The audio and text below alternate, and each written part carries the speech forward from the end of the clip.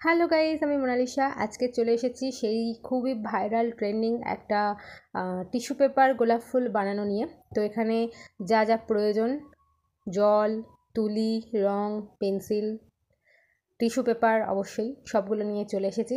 তো প্রথমে টিস্যু পেপারটাতে আমি গোল করে কাটার চেষ্টা করছিলাম, কিন্তু এতটাই পাতলা কাগজ পেন্সিল কম্পাস দিয়ে এটা সম্ভব হচ্ছিল না। তারপর বোন এসে গ্লাসের মাপে আর কি কেটেছে। তো অনেকগুলোই গোল গোল করে কাটা হয়ে গেছে। এরপর আমি লাল গোলাপ বানাবো, তাই লাল রঙটা একটু জলে গুলে দিলাম। সত্যি কথা বলতে এখানে অনেকটাই রঙ আমার নষ্ট হয়ে গেছে।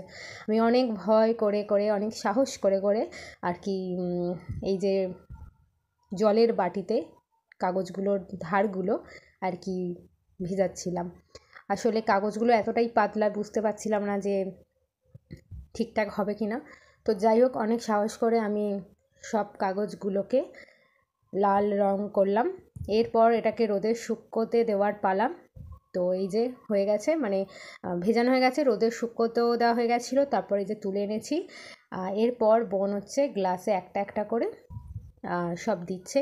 তো বোন এখানে মানে আঠা ইউজ করেনি, এমনি ট্রাই করে দেখছিল যে গোলাপ ফুল হয় কি না।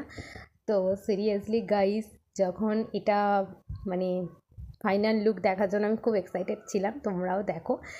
অবশ্যই এতদিনে এটা তো তোমরা জেনেই গেছো খুব সুন্দর গোলাপ ফুল বানানো যায়। তো এই দেখো, জাস্ট ওয়াও! তোমরাও এটা ট্রাই করো। একটু ধৈর্য ধরে করতে হবে কাজটা, কিন্তু সত্যি খুব স্যাটিসফাইড হবে।